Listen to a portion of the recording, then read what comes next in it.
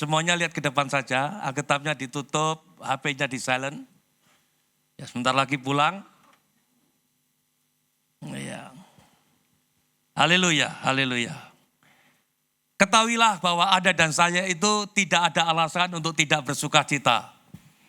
Karena kehadiran Tuhan itu membawa sukacita di bumi maupun di surga.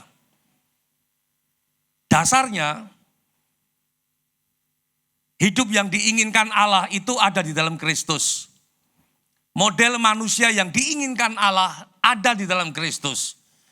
Jadi Anda dan saya itu adalah orang-orang yang sangat beruntung di dunia. Supaya melalui Yesus Kristus Anda dan saya berkenan di hadapan Allah. Dan kalau kita berkenan di hadapan Allah, kita akan hidup di bumi dan karena Anda dan saya asalnya dari surga. Apakah saudara percaya itu? Anda dan saya asalnya mumpung belum pulang ke surga. Masih diberi kesempatan untuk memasuki tahun 2020, baru 5 hari. Ayo kita hadapi dengan kesediaan kita menjadi satu dengan kematiannya. Ini dahsyat saudara, supaya Anda menjadi satu dalam kebangkitannya. Tidak gampang, tapi perlu kerelaan dan kesadaran dan perlu melatih diri menjadi satu dalam kematiannya setiap hari. Jadi bukan sekedar perjamuan suci, pulang selesai, nggak ada kewajiban, bebas dari tuntutan roh. Enggak seperti itu saudara. Perjamuan suci ini perintah Tuhan supaya kita mengingat kematiannya sampai Tuhan datang. Artinya supaya Anda dan saya pun bersedia untuk mematikan daging kita yang sudah ditanggung Kristus dan dinyatakan Kristus di kayu salib. Selesai, sudah selesai. Case close. Kasus sudah ditutup waktu dia di kayu salib. Sehingga Anda menjadi manusia baru, masuk dalam dimensi baru, supaya yang diinginkan Allah itu digenapi dalam hidup Anda dan saya. Yohanes 1 ayat 18. Semuanya lihat ke depan saja. Ya, insya Allah betul. Iya, tidak seorang pun yang pernah melihat Allah. Tetapi anak tunggal Allah yang ada di pangkuan Bapa. Baca sama-sama, 2, 3. Kristus itu penyataan Allah yang tidak kelihatan. Supaya dunia itu melihat, ini loh manusia yang diinginkan Allah. Hidup yang diinginkan Allah ada di dalam Kristus. Karena Kristus itu penyataan Allah yang tidak bisa dilihat. Oleh sebab itu waktu dia lahir, semuanya bersuka cita. Natal itu semuanya bersuka cita saudara, terutama malaikat. Lukas pasal 2 ayat 10 kalau nggak salah, sampai 14. Ya. Yesus lahir, malaikat bersuka cita. Yesus mati, Allah bersuka cita saudara. Jadi tidak ada alasan untuk umatnya tidak bersuka cita. Supaya Anda dan saya itu tahu bahwa yang dimaksud memasuki dimensi yang baru, yaitu menjadi seperti Yesus. Menjadi seperti, belum sama-sama, menjadi seperti dimensi yang baru, roh. Daging sudah dituntaskan di kayu salib, selesai. Menjadi manusia roh. Lalu kata malaikat itu kepada mereka, kepada para gembala ini, jangan takut, sebab sesungguhnya aku memberitakan kepadamu, baca sama-sama 2, 3. Kesukaan besar untuk seluruh bangsa. Malaikat bersuka cita. Malaikat menghendaki supaya bangsa-bangsa juga bersuka cita. Ayat 11. Hari ini telah lahir bagimu juru selamat yaitu Kristus Tuhan di kota Daud. 12. Dan inilah tandanya bagimu, kamu akan menjumpai seorang bayi dibungkus dengan lampin dan terbaring di dalam palungan. 13. Dan tiba-tiba tampaklah bersama-sama dengan malaikat itu sejumlah besar bala tentara surga yang memuji Allah. Jadi para malaikat dan bala tentara surga juga para malaikat itu bersuka cita dan memuji Allah, katanya ayat 14. Kemuliaan bagi Allah di tempat yang maha tinggi. Kemuliaan bagimu di tempat. Dan itu sudah didengungkan para malaikat. Para bala tentara sorga. Waktu Yesus lahir. Kemuliaan bagi Allah di tempat yang maha tinggi.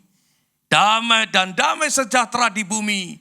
Di antara manusia yang berkenan kepadanya. Waktu dia lahir, malaikat bersuka cita. Waktu dia mati, Allah bersuka cita. Mestinya kebaktian pas Jumat Agung maksud saya, itu lebih meriah dari Natal, mestinya loh. Tapi gereja terbalik saudara. Natal lebih meriah dari Jumat Agung. Karena kalau Natal, itu yang bersuka cita hanya malaikat. Natal yang bersuka cita belum sama-sama. Natal yang bersuka cita malaikat. Kalau sampai di situ sia-sia ibadah kita, bos. Tapi waktu dia mati, Allah bersuka cita. Baru kenapa? Supaya umatnya itu memasuki dimensi yang baru. Tanpa kematian tidak ada yang baru, saudara. Makanya yang lama sudah berlalu sejak dia mati di kayu salib. Yang baru telah datang. Case close. Kasus sudah ditutup, yang lama sudah ditutup. Ada menjadi ciptaan baru, manusia baru di dalam Kristus. Natal, malaikat bersuka cita.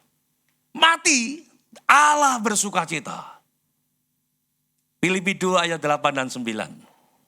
Sebentar lagi pulang. Haleluya.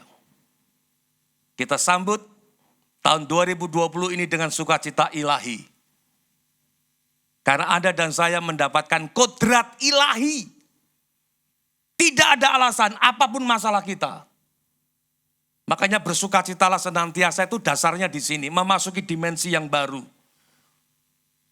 Dan dalam keadaan sebagai manusia ia telah merendahkan dirinya. Dan taat sampai mati. Baca sama-sama 2-3. Dan bahkan sampai mati di kayu salib. Kalau dia cuma lahir, malaikat bersuka cita. Dia sampai mati di kayu salib. Padahal waktu dia sebelum mati di kayu salib dilecehkan. Kalau kamu anak Allah turun, kami akan percaya kepadamu. Yang saya heran, Yesus enggak mau turun. Saya ucapkan sekali lagi, sampai hari ini saya heran. Tuhan Yesus dilecehkan seperti itu. Jikalau kamu anak Allah, turunlah dari salib itu dan kami akan percaya kepadanya. Yesus tidak turun. Kalau Yesus turun, tidak ada dimensi yang baru. Kalau Yesus turun, tidak ada manusia baru. Kalau Yesus turun, tidak ada kemuliaan. Kalau Yesus turun dari kayu salib, Anda dan saya binasa. Itulah sebabnya memasuki tahun 2020 ini, cintailah Tuhan Yesus. Ucapkan syukur senantiasa kepada Tuhan Yesus. Sebab semua yang dilakukan itu untuk Anda dan saya, supaya Anda dan saya berkenan di hadapan Allah. Dan di pihak Allah. Dan kalau Allah di pihak kita, yang keras, kalau Allah di pihak kita, banyak. Siapa bilang tidak ada? Tapi tidak ada yang menang. Kalau Anda betul-betul menjalani dimensi yang baru ini dengan sadar bahwa kita itu manusia baru. Begitu dia mati, ayat 9, surga sorak-sorai bos. Bukan cuma malaikat, surga sorak-sorai. Allah bersuka cita. Ini maknanya dalam. Kalau Anda dan saya menjadi satu dalam kematiannya, Allah akan bersorak-sorai. Nah, kenapa bersorak-sorai? Karena Allah akan menggenapi janjinya. Yaitu memberikan kepada Anda janji-janji yang besar dan sangat berharga. Makanya Tuhan Allah itu senang. Ada korban sampai mati di kayu salib. Supaya tubuh dosa kita hilang kuasanya. Anda menjadi ciptaan baru, masuk dimensi yang baru. Itulah sebabnya Allah sangat meninggikan dia. Baca sekali lagi ya, 2, 3, 1, 2, 3. Itulah sebabnya, sekali lagi, 1, 2, 3. Kenapa Allah meninggikan dia? Karena Allah bersuka cita. Waktu dia lahir, yang ditampilkan kesukaannya lewat malaikat. Malaikat bersuka cita. Sayang gereja cuma meriahnya cuma hari Natal. Mestinya kebaktian Jumat Agung lebih meriah, saudara. Mestinya. Dengan satu sorak-sorai. Kesukaan bagi dunia. Kok sepi? Katanya bersuka cita kok sepi. Kesukaan bagi dunia. Penebus telah. Siapa namanya? Tolong yang keras biar setan dengar. Itulah sebabnya Allah sangat meninggikan dia. Dan mengaruniakan kepadanya nama di atas segala nama. Dan nama yang di atas segala nama itu dikaruniakan untuk Anda dan saya. Artinya apa? Nama itu bukan nama sembarangan. Nama itu mulia, kudus, agung, dan luar biasa. Dan dia itu kekuatan Allah, bos. 1 Korintus 1:18. 1 Korintus 1:24. 24. Iya. Tetapi untuk mereka yang dipanggil, baik orang Yahudi maupun orang bukan Yahudi. Baca sama-sama. 2, 3. Iya. Itulah sebabnya Allah sangat meninggikan dia karena pada waktu dia mati di kayu salib, Allah mengerahkan kekuatannya dan hikmatnya. Salib itu kekuatan Allah dan hikmat Allah, bos. Jadi kalau gereja, umat Tuhan, bersedia menjadi satu dalam kematiannya, Anda akan mendapatkan kekuatan Allah dan hikmat Allah. Inilah yang dimaksud dimensi yang baru. Tanpa salib tidak ada yang baru, saudara. Tanpa salib tidak ada kekuatan Allah dan hikmat Allah. Itulah sebabnya bersukacita dulu. Ayo bangkit berdiri dulu yuk, bersukacita. Mana pemain musiknya? Saya selesai jam 1 atau jam 2, Pak? Jam 3 malah. Haleluya. Bersukacita. Karena kekuatan Allah itu dikaruniakan kepada kita, Pak. Kekuatan Allah dan hikmat Allah. Namanya Yesus. Namanya Yesus. Nama Yesus yang. Amin. Kita nyanyi lagu itu ya. Iya. Ada satu sobatku. Saya tolong dibantu mulainya. Suara saya fals soalnya. Ya. Aku susah. Waktuku sendirian. Dia selalu menemani hidupku. Ada satu sobatku yang setia.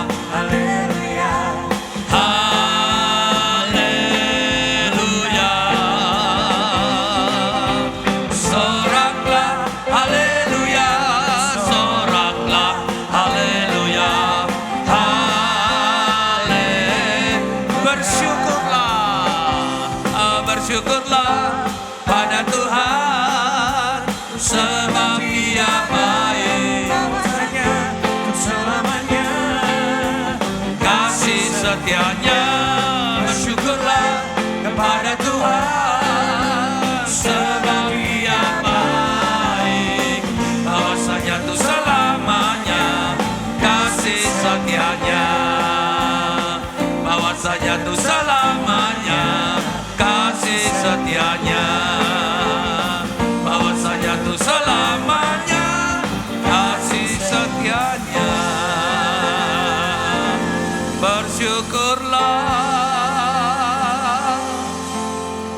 Silakan duduk kembali Bapak Ibu. Kristus adalah kekuatan Allah dan hikmat Allah. Anda mau mendapatkan itu? Supaya apa? Kenapa dia kekuatan Allah dan hikmat Allah? Supaya kekuatan dosa. Tadi ada satu lagu yang syairnya mengatakan kasih Allah yang besar itu melebihi kekuatan dosa. Betul ya? Itu artinya dosa punya kekuatan, Pak. Dan begitu Anda terima Yesus, Anda berhadapan dengan 3 kekuatan. Kekuatan dosa, kekuatan agama, dan kekuatan manusia. Dan semuanya itu di bawah kendali setan. Ini enggak main-main Bapak Ibu. Itulah sebabnya mumpung masih diberi kesempatan masuk ke tahun 2020. Meskipun baru 5 hari. Gunakan waktu ini dengan sungguh-sungguh Bapak Ibu. Untuk lebih lagi. Hanya dekat Allahku. Ya, dekati dia sampai Anda mendapatkan ketenangan. Karena dia itu sumber damai sejahtera Bapak Ibu. Kekuatan dosa, kekuatan agama, dan kekuatan manusia. Ya, kekuatan dosa itu kedagingan. Perbuatan daging telah nyata. Percabulan, kecemaran, hawa nafsu. Kekuatan agama, banyak orang giat untuk Allah, tapi tanpa pengertian yang benar. Ya, saya tampilkan dulu kekuatan daging, kekuatan dosa yang nyata. Dan kita berhadapan dengan semuanya itu. Galatia 5:19. Supaya Anda, tujuannya supaya kita semuanya mengerti apa yang dimaksud dimensi yang baru. Manusia roh, seperti Kristus. Perbuatan daging telah nyata. Nyata, karena tidak rohani, makanya perbuatannya perbuatan. Karena tidak rohani, makanya perbuatannya perbuatan daging. Allah itu roh dan rohani. Setan itu roh tapi tidak rohani Bapak Ibu. Ini buktinya. Begitu Anda terima Yesus, Anda itu urusannya dengan roh, bukan cuma berkat jasmani. Makanya saya berani berkata Yesus tidak tertarik dengan orang kaya Pak. Kalau Yesus tidak tertarik dengan orang kaya, apalagi dengan orang miskin. Lebih gak tertarik itu. Yesus tertarik kepada mereka yang percaya kepadanya. Yaitu Anda dan saya. Supaya semua yang ada di dalam dia, ada di dalam Anda. Kekuatan Allah dan hikmat Allah. Ini mengagumkan Pak. Ini sangat mengagumkan sekali. Makanya saya minta umur panjang sama Tuhan supaya apa yang saya dapatkan ini saya beritakan kemana-mana. Sebab yang saya dapatkan ini hasil dari semedi loh Bapak Ibu. Anda pernah semedi? Bertapa. Waktu saya semedi itu saya renungkan firman, bukan merenungkan nasib. Kalau pada waktu saya diam, yang saya renungkan firmannya, kebaikannya. Iya betul, iya, iya, iya, iya, iya, iya. Apakah itu? Ya. Ya, semua lihat kembali ke depan. Oke. Sampai mana tadi Pak Tim? Sampai semedi. Kamu pernah semedi Pak? Belajar ya Pak? Kurenungkan. Itu saat teduh Bu, itu semedi. Merenung itu kalau nggak salah meditation, meditate. Merenungkan firman. Kalau Anda merenungkan firman ada suara begini sulit loh. Nggak bakal konsentrasi. Tapi kalau Anda terlatih. Wow. Dan ini ditiru oleh kebatinan, yoga, Hindu, Buddha. Ya, meniru yang asli sebetulnya. Sedangkan kita itu di pihak yang asli. Ya. Kenapa nggak pernah mempraktekkan itu? Saat teduhnya orang Kristen itu cuma 5 menit baca buku saat teduh. Baca selesai terus doa, minta permohonan, selesai berangkat kerja. Gak ada powernya Pak. Gak ada kuasanya. Waktu saya diem itu bukan memikirkan nasib. Kalau yang saya pikirkan nasib, pasti banyak pikiran. Walaupun kalau saya ingat masalah, maunya meratap ke tembok ratapan ini. Tapi karena jauh sekali cukup di tembok kamar. Persoalannya kalau saya meratap terus, saya tidak akan masuk dalam dimensi yang baru. Tidak akan mendapatkan kekuatan Allah dan hikmat Allah. Ini kesempatan Anda berhadapan dengan semuanya itu. Pulang dari tempat ini, Anda dan saya masih berpotensi melakukan itu. Apa itu? Percabulan, kecemaran, hawa nafsu, terus 20. Ini serius Pak. Ya, ini serius. Makanya Tuhan itu serius. Sampai mati di kayu salib, dia serius. Dia dilecehkan, dia tetap mati di kayu salib. Enggak mau turun. Ayat 20-nya Pak. Penyembahan berhala, sihir, perseteruan, perselisihan, iri hati, amarah. Kepentingan diri sendiri, persederaan roh pemecah. Terus kedengkian, kemabukan, pesta, pora dan sebagainya. Terhadap semuanya itu kuperingatkan kamu. Seperti yang telah kubuat dahulu bahwa barang siapa yang melakukan hal-hal yang demikian. Ia tidak akan mendapat bagian dalam boro-boro mengalami kerajaan Allah, mendapat bagiannya saja enggak. Nah gereja diperhadapkan dengan itu semuanya. Itu kekuatan dosa. Kekuatan dosa saudara. Saking kuatnya. Nah karena daging ini lemah kita tergoda. Untuk memuaskan daging. Kita masih berpotensi melakukan itu. Siapapun itu dia. Termasuk pendeta yang khotbah di mimbar. Makanya saya punya keyakinan yang khotbah di mimbar itu belum tentu mengasihi Tuhan. Anda percaya itu? Apalagi yang mendengarkan khotbah. Sama bos. Yang kedua kekuatan agama. Ini gak main-main Pak. Setan begitu rupa menipu manusia cuma beragama. Agama itu levelnya tahu mana yang baik mana yang jahat. Yesus itu levelnya yang kudus saudara. Kalau ada baik belum tentu kudus. Jahat ya. Kalau ada jahat boro-boro kudus baik aja enggak. Tapi kalau ada kudus oleh darahnya. Ada penuh dengan kebaikan. Dan kejahatan tidak berkuasa atas hidup Anda. Nah kekuatan agama itu mengerikan sebetulnya. Jangan sampai gereja ditipu. Sebab kalau Anda baca Roma pasal 7. Dosa menggunakan yang baik. Untuk menipu dan membunuh kita. Oke. Roma pasal 10 ayat 1 dan 2. Ini kekuatan agama. Dan saya akhiri di sini.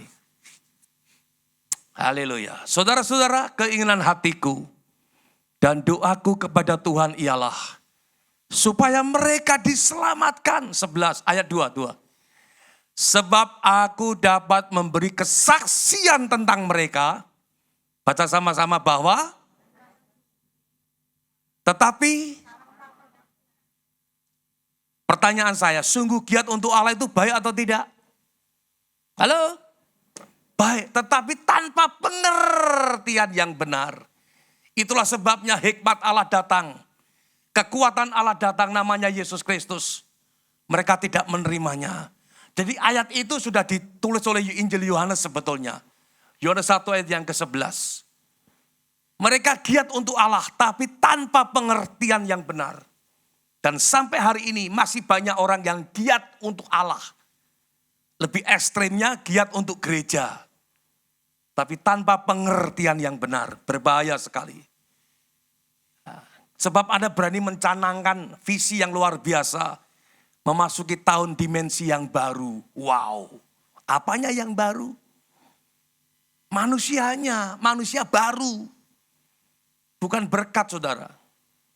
Ia datang kepada milik kepunyaannya. Tetapi orang-orang kepunyaannya itu tidak. Kenapa? Karena mereka lebih giat. Dalam agama mereka. Yahudi. Tapi begitu Yesus datang kebenaran Allah. Mereka tidak menerimanya. Mereka cuma giat untuk Allah tapi tanpa pengertian yang benar. Sekali lagi Bapak Ibu. Kalau Anda dan saya ada di tempat ini. Itu urusannya dengan roh. Itulah sebabnya Yohanes pasal 6 ayat 63. Yesus serius menyatakan diri siapa dirinya. Yaitu manusia yang diinginkan Allah. Ayat 63. 20 lagi. 1, 2, 3. Stop. Rohlah yang memberi hidup. Daging sama sekali tidak berguna. Kalau Anda baca konteksnya ini. Yesus berhadapan dengan 5.000 orang yang mengalami mujizat 5 roti 2 ekor ikan makan kenyang.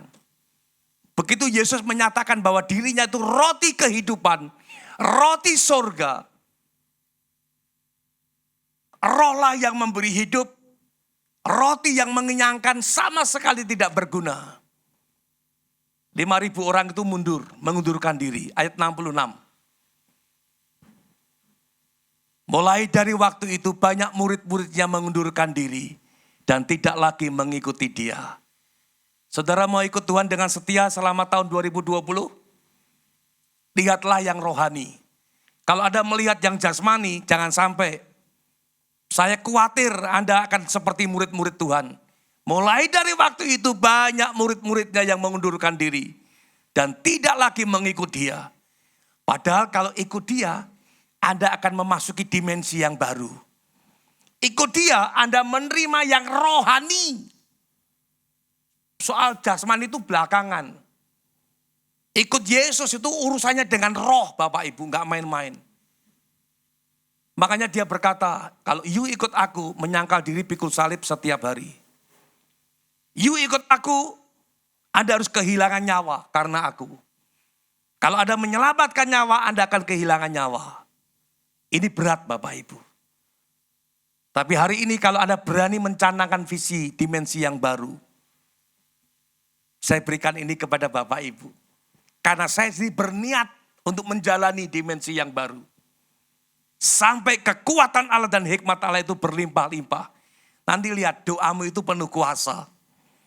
Doa orang yang benar.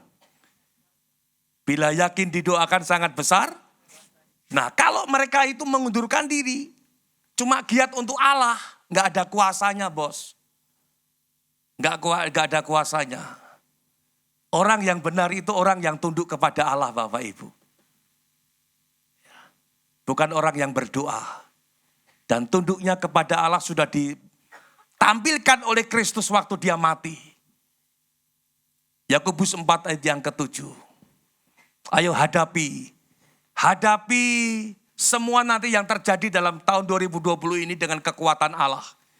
Yang ditawarkan oleh Allah kepada Anda dan saya di dalam Yesus Kristus. Baca sama-sama yang keras biar setan gemetar. 1, 2, 3.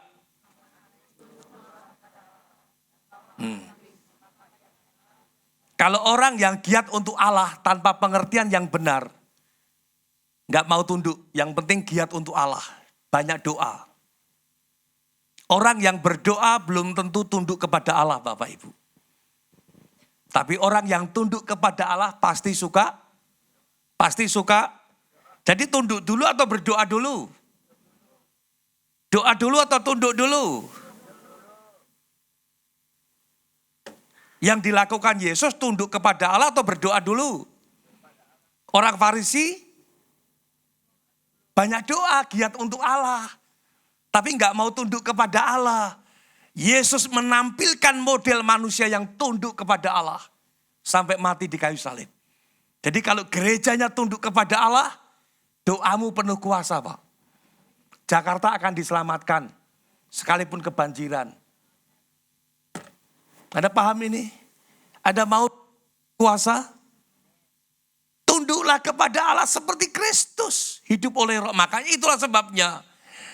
Saya tekankan ini kalau Anda berani menyatakan dimensi yang baru. Apanya yang baru? Bagaimana supaya kita menjalani dimensi yang baru? Gak usah dikhotbahkan, pernah saya ulas di sini karena ini cuma ayatnya saja. Yohanes 5 ayat 24. Natal, malaikat bersukacita. Salib, Allah bersukacita. Kalau gerejanya merayakan kematiannya dengan perjamuan suci. Anda berkata dengan dagingmu selesai. Allah akan bersukacita Pak. Dan Anda akan punya kuasa. Doamu penuh kuasa. Bukan cuma doanya Benihin. Doamu juga penuh kuasa. Halo? Aku berkata kepadamu sesungguhnya barang siapa mendengar perkataanku dan percaya kepada dia yang mengutus aku. Ia mempunyai hidup yang kekal. Dan tidak turun turut dihukum. Sebab ia sudah. Sebab ia sudah. 1, 2, 3. Sebab ia sudah. Anda dan saya sudah pindah dari maut ke dalam hidup. Memasuki dimensi yang baru, hidup oleh roh. Maut tidak berkuasa. Case close, selesai. Ancaman maut berhenti dalam hidup Anda. Ada diberi kesempatan untuk menyatakan yang kekal dalam hidup Anda. Yaitu Kristus di bumi seperti di surga. Yang kedua, Roma 5 ayat 1. Ini berkat rohani. Berkat rohani yang Anda terima dari Tuhan. Sebab itu kita yang dibenarkan karena iman. Kita hidup dalam damai sejahtera dengan Allah. Oleh karena Tuhan kita, Yesus Kristus. Damai sejahtera dengan Allah. Itu supaya Anda bisa kerjasama dengan Allah. Hati yang penuh damai sejahtera. Dari ayat ini saya bisa simpulkan Bapak Ibu. Orang yang naik Alphard itu belum tentu punya damai sejahtera. Anda percaya itu? Apalagi yang naik angkot. Lebih-lebih. Damai sejahtera itu hanya ada di dalam Yesus. Apapun yang Anda miliki. Asal Anda mau kerjasama dengan kematiannya. Aku melupakan yang di belakangku dan berlari-lari. Mematikan perbuatan daging setiap hari. Tadi waktu mau ke sini saya agak dibuat jengkel. Tapi saya tenangkan hati saya. Jengkelnya begini. Istri saya mau mandi. Ini mumpung istri saya nggak ikut, saya bocorkan aja di sini. Nggak taunya botol sampo yang botolnya segini masih banyak isinya, cukup berat. Itu jatuh menimpa keran yang ada di bawah bak. Dan itu bocor, saudara. Airnya keluar terus itu. Ya. Padahal dia mau ke gereja, ada tugas ini. Ya. Saya juga mau ke sini. Rumah tidak ada orang. Gimana ini? Mau saya tinggal banjir ini. Saya bilang sama istri saya tenangkan hati saya. Karena tadi dikatakan oleh WL-nya, kamu siapa namanya? Aku lupa loh. Velia. Sakit hati pergi, betul ya? Supaya ada damai sejahtera. Kalau saya marah sama istri saya, ada alasan saya marah sama istri saya. Ya. Tapi saya mendapatkan wangsit supaya penuh damai sejahtera. Saya katakan tenang aja mah. Tenang saja, masih banyak waktu. Tapi kamu di rumah loh ya, saya mau berangkat ini. Saya panggil tukang ledeng. Karena kebetulan rumah kami dekat orang yang perbaikan pompa air itu. Saya panggil dia, sudah datang. Jam 8 belum datang.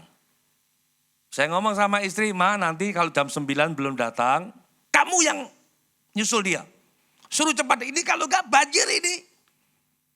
Tapi mendingan banjirnya air ledeng, mendingan. Bukan air hujan. Tapi ya gak enak kalau gitu. Akhirnya saya tadi sampai di situ, sampai di parkiran, sampai dia. Ya sebentar lagi Pak katanya. Ya udah. Jadi khotbahnya enak Bu. Gak ada sakit hati, gak ada amarah. Gak ada kekhawatiran. Sakitnya hati ini. Gak ada Bu. Karena ada damai sejahtera. Halo. Lah ini perlu dipertahankan Bapak Ibu. Damai sejahtera itu perlu dipertahankan. Supaya Anda bisa kerjasama dengan roh. Gereja mestinya memfasilitasi untuk kerjasama supaya ada damai sejahtera. Bukan cuma doa saja Pak. Ini usul-usul Pak. Usul. Gereja itu terbalik kadang-kadang. Banyak doa tapi gak mau tunduk. Halo. Doa kok sepi loh. Acara doa banyak tapi gak mau tunduk. Kalau tunduk itu kerjasama setiap hari Pak, mengosongkan diri. Yesus saja mengosongkan diri, masa gerejanya gak mau mengosongkan diri. Filipi 2 ayat yang ke-6. Detik-detik terakhir nih, 10 menit lagi selesai itu. Haleluya. Yang walaupun dalam rupa Allah tidak menganggap kesetaraan dengan Allah itu sebagai milik yang harus dipertahankan. Ayat 7. Melainkan telah, baca sama-sama. Nah kalau Yesusnya mengosongkan diri, Katanya kalau nyanyi, ku menjadi sepertimu Yesus, menjadi seperti kau Yesus. Tapi kalau nggak pernah mengosongkan diri, bahkan kepenuhan diri, nggak bisa bos. Apalagi masuk dimensi yang baru. Dia melakukan itu karena dia akan memasuki dimensi yang baru. Dia tidak menganggap kesetaraan dengan Allah yang harus dipertahankan. Dia keluar dari kemuliaan sorga dan menjadi manusia sama seperti Anda dan saya. Dan mengosongkan diri. Bukan mengosongkan pikiran. Jadi iman Kristen memahami pengosongan diri. Bukan pengosongan pikiran. Kenapa? Filipi 4 ayat 8. Ini dimensi yang baru Pak. Jadi kalau gereja ini mau penuh kemuliaan. Bayar harga cukup mahal. Sangat mahal. Menjadi satu dalam kematiannya. Mengosongkan diri. Bukan mengosongkan pikiran. Jadi akhirnya saudara-saudara. Semua yang benar, semua yang mulia, semua yang adil, semua yang suci, semua yang manis. Semua yang sedap didengar, semua yang disebut kebajikan. Baca dan patut dipuji. Baca sama-sama. Jadi waktu Anda hening, waktu Anda masuk ke keheningan. Itu bukan mengosongkan pikiran, tetapi pikirkanlah semuanya itu. Semuanya itu kalau diringkas cuma satu kata, Yesus. Jadi waktu saya hening itu enggak mengosongkan pikiran. Saya pikirkan itu. Untuk bisa memikirkan itu makanya lewat pujian penyembahan. Dari semula telah kau tetapkan hidupku dalam tanganmu, dalam rencanamu Tuhan. Rencana indah telah kau siapkan bagi masa depanku yang penuh harapan. Wow. Semua baik apapun keadaannya, apapun keadaan kita, Allah menginginkan supaya Anda itu tidak binasa. Itu karena kasih-Nya yang besar. Anda harus paham ini Bapak Ibu. Pikirkanlah semuanya itu. Nah bagaimana memikirkan semuanya itu kalau nggak pernah latihan. Sibuk terus saudara. Dan banyak doa. Pikirkanlah semuanya itu masuk ke heningan Pak, latihan. Dan kalau sudah terlatih, Anda lagi setir, Anda lagi masak, Anda lagi kerja, itu bisa memikirkan semuanya itu. Sampai muncul damai sejahtera. Ini. Terlatih. Yang ketiga, yang terakhir. Efesus 3:12. Dimensi yang baru Pak. Anda itu bukan orang beragama Bapak Ibu. Anda itu orang beriman. Dan iman kita harus semakin naik dan berkenan kepada Dia, di hadapan Dia. Karena dasar iman itu Yesus Kristus. Di dalam Dia kita beroleh keberanian dan jalan masuk kepada Allah. Dengan penuh kepercayaan oleh iman kita kepadanya. Satu-satunya yang menawarkan untuk mendekat hanya di dalam Yesus Kristus. Agama enggak nawarkan ini. Agama enggak memberikan jalan masuk. Tetapi Yesus Kristus mengaruniakan kepada Anda dan saya keberanian dan jalan yang keras. Keberanian dan jalan. Kenapa? Kenapa jalan masuk? Karena Dia kangen sama Anda.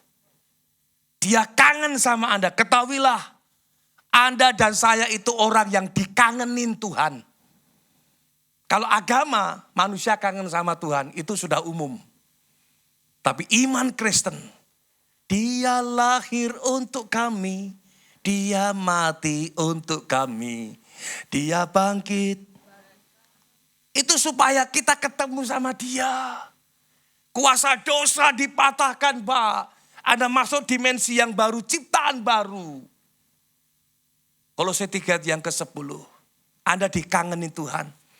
Masa enggak bergairah dengan Tuhan sih? Eman-eman saudara, mumpung belum pulang ke surga ini.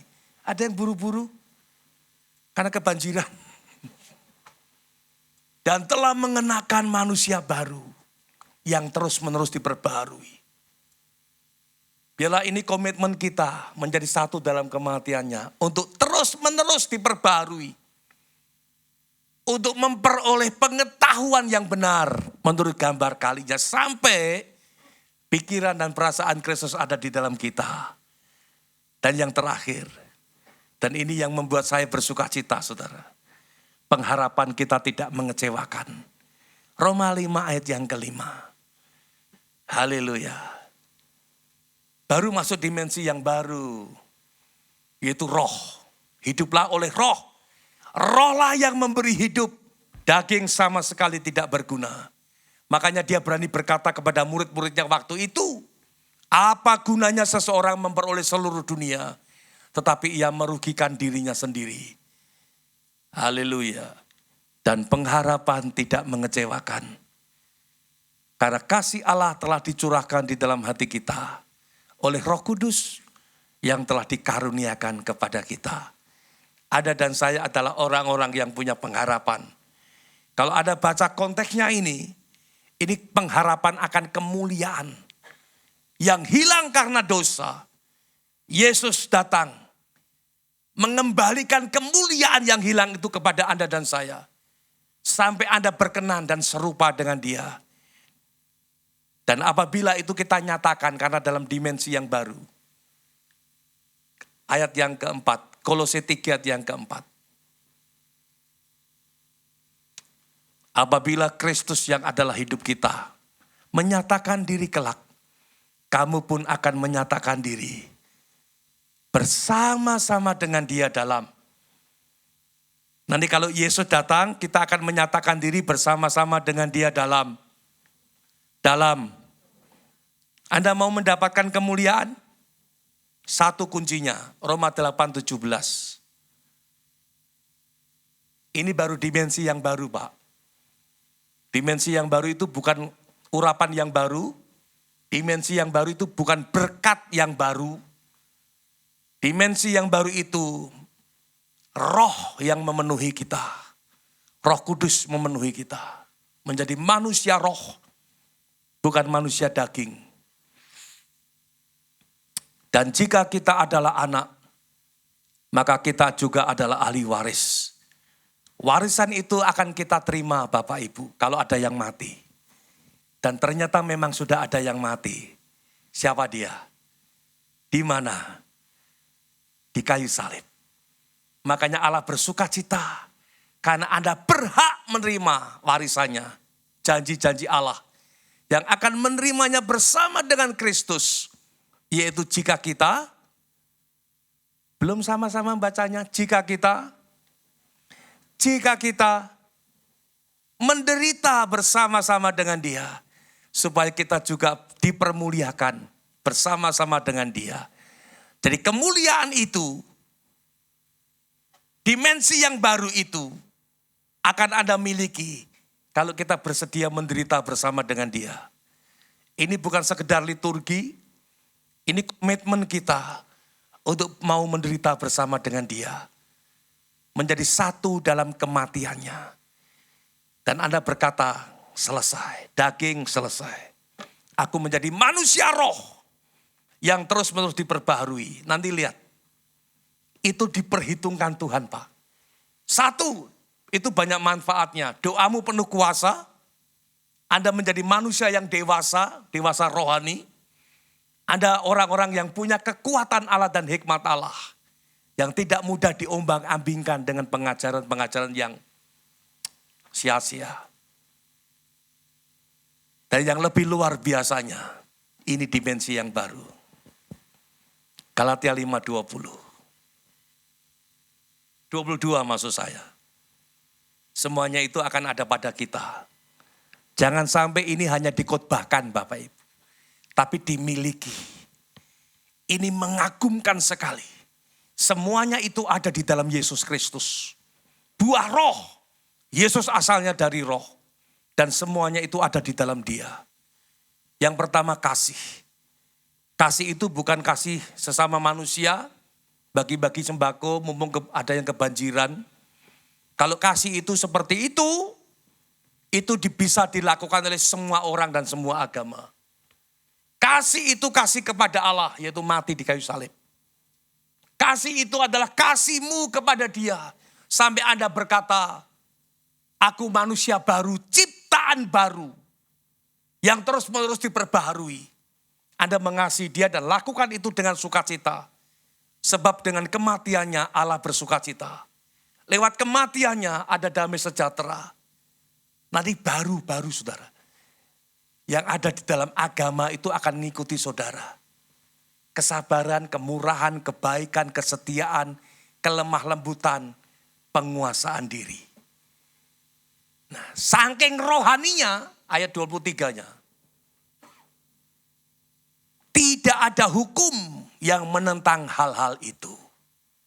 Jadi Anda menjadi orang yang merdeka, betul-betul merdeka. Anda mau menghasilkan buah roh dalam hidup Anda?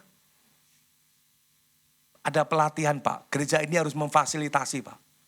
Sekali lagi ya, pas tengah minggu itu loh, sekali-kali adakan kebaktian pengosongan diri Pak.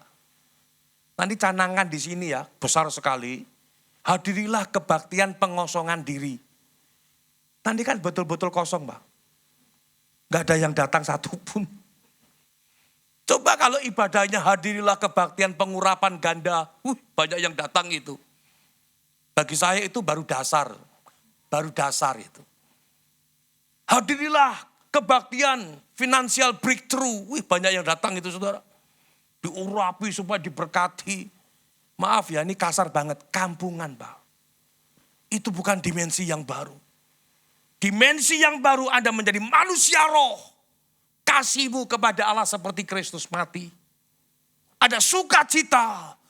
Ada damai sejahtera. Baru yang lain itu ngikuti kita. Kesabaran, kemurahan dan lain-lain. Anda menjadi orang yang berkenan di hadapan Allah. Dimensi yang baru. Soal berkat itu belakangan bos. Diberkati syukur enggak ya kebangetan gitu aja. Coba renungkan. Jangan sampai cuman berkat melulu. Iman Kristen itu bukan berkat saudara. Roh. Karena yang lama sudah berlalu, dimensi yang baru. Manusia roh. Karena musuh kita itu roh tapi enggak rohani. Setan. Dan Anda mendapatkan kekuatan Allah dan hikmat Allah untuk menghadapi dia. Kalau Anda tunduk seperti Kristus, doamu penuh kuasa, apapun masalahmu. Belakangan ini kami diberi beban, diberi satu pelayanan oleh Tuhan. Saya diketemukan oleh Tuhan dengan teman lama saya. Gak taunya rumahnya berdekatan. Istrinya sakit keras, kanker. Saudara.